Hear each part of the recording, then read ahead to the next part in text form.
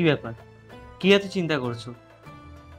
ভাবছি একজন হিন্দু বাড়ির মেয়ে হয়ে আমি কি তোমাদের রীতি নীতি আচার আচরণ এসবের সাথে মানিয়ে নিতে পারবো?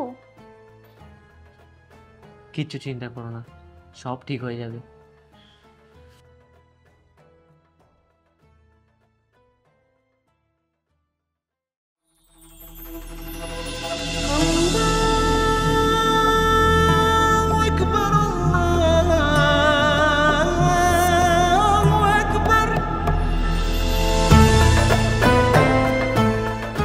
কি কবিতা, কোথায় গেছিলে তুমি?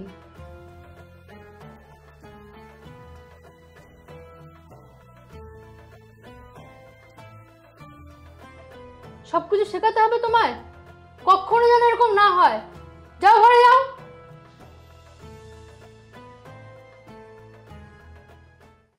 আম্মু, খুব কষ্ট হচ্ছে বলো। কি করি? হে আল্লাহ, আব্বুও তো বাড়ি নেই। আমার নিজেরই কি মনে হচ্ছে ওষুধ আনতে হবে। কে তুমি? হ্যাঁ,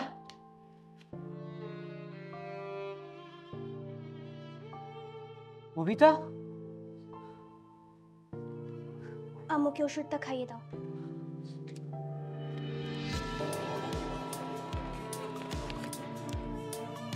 জল?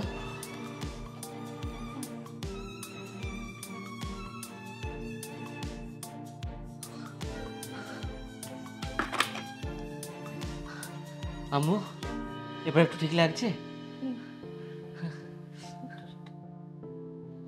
কবিতা,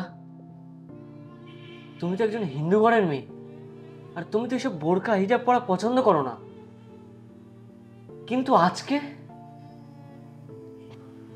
হ্যাঁ, আমি একজন হিন্দু, আর এটা আমার জন্মগত পরিচয়।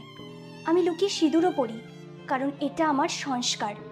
আর আজ আমি হিজাব আর বোরখা পরলাম, কারণ আমি আমার স্বামীর ধর্মকেও সম্মান করি। আর আমি বিশ্বাস করি আমি শুধু এক ধর্মের নয়, আমি দুই ধর্মেরই স্ত্রী। আর আমি হিন্দু মুসলিম এই দুই বিশ্বাসের মাঝে দাঁড়িয়ে থাকা এক নতুন সম্ভাবনা।